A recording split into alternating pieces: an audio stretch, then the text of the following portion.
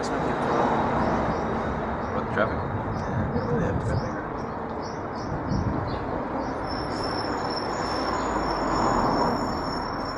That's good. All right, Dan. So, thank you for joining me. Congratulations on a fine win yesterday. Thank you very much. A very tight battle with Maria. Yeah. Now, Maria also lives in Brooklyn, right? Yeah, she lives about 6 blocks away from me. Yeah. Do you guys ever hang out? Do Yeah, you guys all ever the have Jeopardy parties and Yeah. shout answers at the screen and such? Absolutely. So I found out that Maria lived in Brooklyn at the taping, and I asked her, "Oh, where in Brooklyn?" And the answer I always get is Carroll Gardens or Park Slope or Prospect Heights, and she said Bay Ridge, which is the first time anyone has ever actually answered that Yeah. to it. So yeah, 6 blocks away. Now, where does Roger Craig live? Roger lives closer to here. Okay. I don't remember exactly where. All right, this is Park Slope, by the way. This is one of the other common areas, but Bay Ridge is one of the further out areas that you kind of have to have a car. Yeah, it's Park Slope about 20 minutes further away from that. Yeah. So, tell us about the whole taping process. What was it like being with all those other champions? It was so, especially because I was with the 2000s people, is that I knew a lot of them from either the message boards or I'd seen them on TV, and so there weren't a lot of people where I had to be like introduced without actually knowing. There were people I had to pretend not to know because it was creepy. But it's Michael Fall had gone back and forth with, or on the internet, and Larissa I knew from playing with her, and then being friends afterwards. So yeah, and beating her sister as well, right? No, so I knew her sister. Her sister went to law school with my wife. Oh, okay. And I actually lent Ariana all of my study cards when she was going on. It was about 3 months, 4 months before her sister. Oh, I thought there was some weird combination of So someone beat. Yeah, Her sister Ariana beat someone, and then you had to get revenge on her Yeah, sister. so Ariana lost to Aaron Schroeder, who was the third person in our TFC final with me and Larissa. Okay. That makes sense now. Yeah. Oh, cool. Webs within webs. Very strange. Yeah. So, I want to talk about your wagering in your regular games, because you Yeah. had some unusual strategies. You wagered for the tie several times. Well, there was one time when you were actually tied going into Final Jeopardy, your second game. Yeah. You both wagered everything and tied. And then in your third game, you offered her the tie again. She didn't take it. And then there were some games when you offered the tie, and then some games where you didn't offer the tie. And then there was that one, the very, Colby-esque wager, where you wagered so as not to fall below your opponent. I think the category was aviation history or something like that. What was the theory behind that? So the feeling behind that was twofold. One is that I didn't really know a lot about aviation history, and this is example of where you shouldn't overthink it.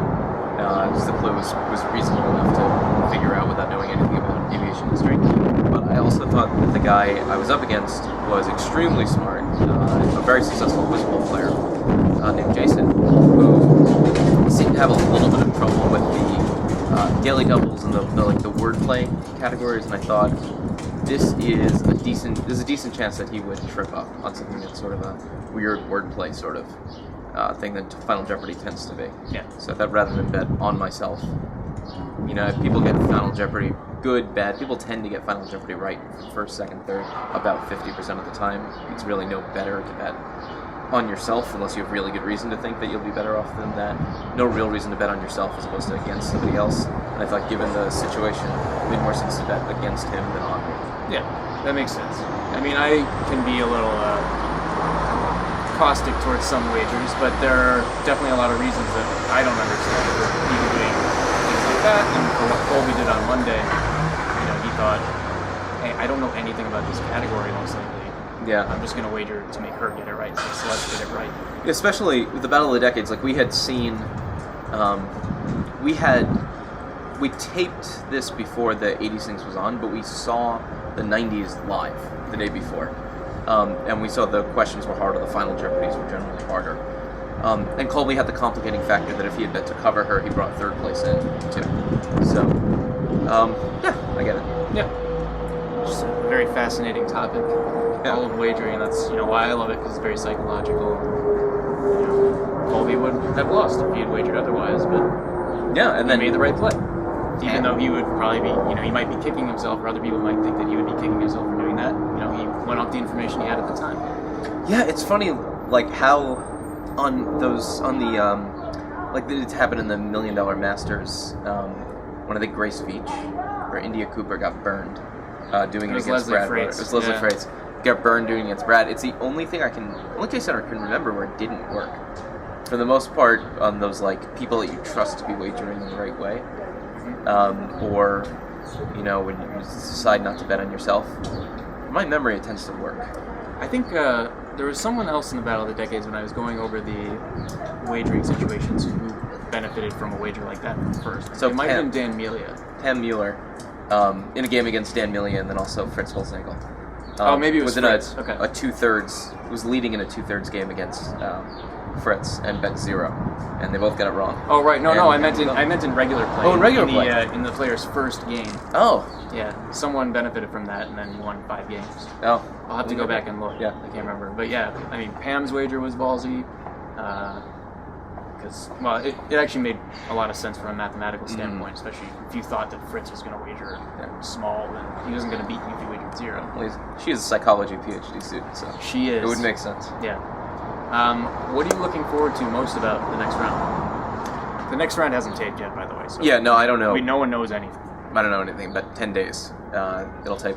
I'm looking forward to meeting some of the people that I didn't get a chance to. So I met, because 90s taped the day before us, I met Brad and Mark Dawson and Pam, I've known, and the other 80s champions, but I haven't met, I've never met Chuck Forrest, or I'm kind of sort of disappointed that that Frank didn't make it. Frank's my first Jeopardy memory is this. We could get him here. He lives in I'm sure he can. Yeah. He lives right. I have his number. I'll call right him here. up. Yeah, we will make this happen, Frank.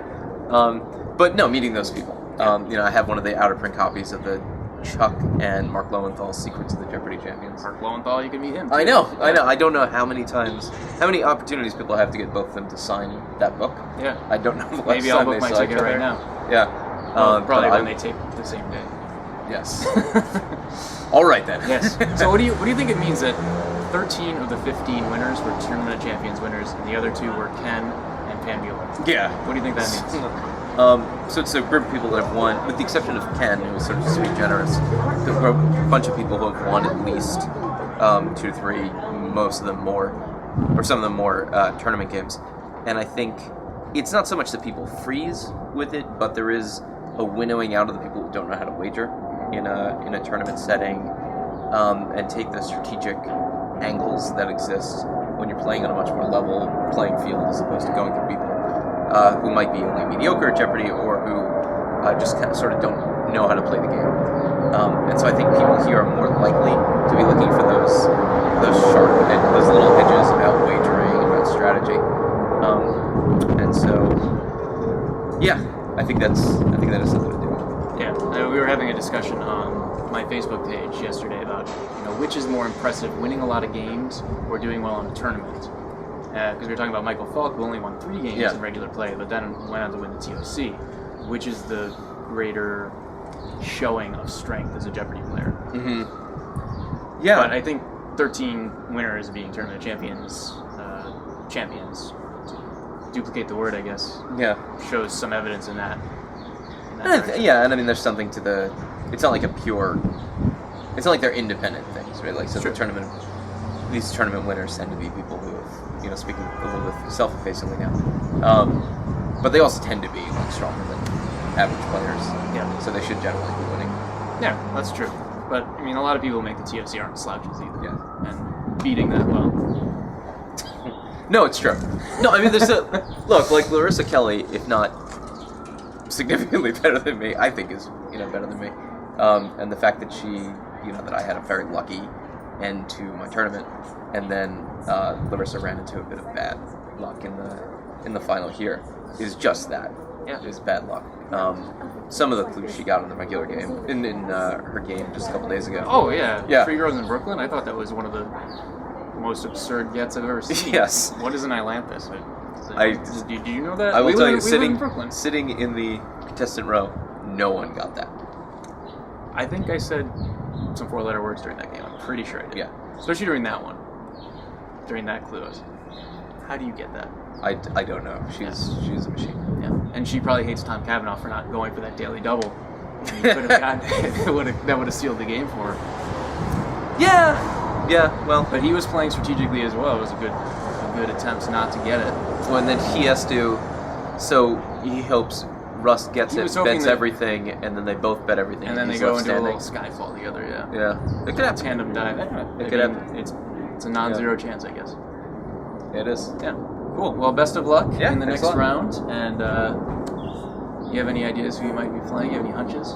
Because they're going to do one from each decade in the first round, right? So we think that no one's ever confirmed that, either privately or publicly. But that's the going assumption is that they'll break it up like that. I think they. So I figured. So I can't face Ken or Roger.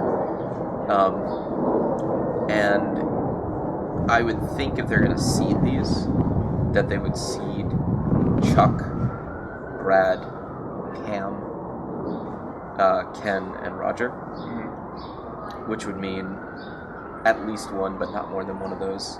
And out of those, it could be. If I had to guess, I would say I'd end up against Chuck. Yeah. Scary So stuff. that'll be fun. Yeah, Chuck Forrest, no big deal. He doesn't bounce around anymore, though. Yeah, It's too bad. It's like a box. It's like Rocky, in the last Rocky movie. It's like Wait, you the can't really 6 or 5? in I the don't think Rocky anyone watched Rocky 5. Balboa. Oh, okay. Which apparently was not terrible. No. Where it's like he's not young enough to move around anymore. He's just got to put it into strength, just raw brute strength, and just crush his opponents. That's right. So that's what I figured Chuck was up to. Well, you can start punching the bag with your brain as well. Yes, I will. Cool. Well, it was a pleasure having you, and I hope you at home enjoyed that, and we'll look out for you in May. All right, thanks a lot, Keith. Yeah. Catch you right. next time on the Final Wager. Nice. That was awesome. Yeah.